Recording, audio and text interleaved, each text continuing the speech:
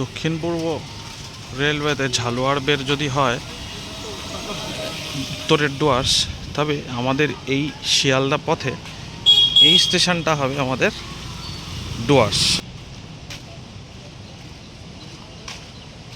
Close হয়ে গেছে এই বিল্ডিংগুলো, এটা বোধহয় খুব সম্ভবত জলের ট্যাঙ্ক। এই রেলের হাসপাতালটা।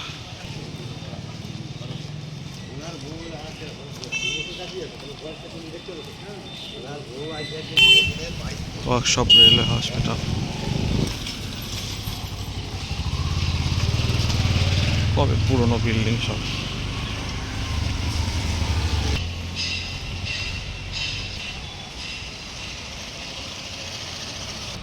অদ্ভুত এক ঠান্ডা।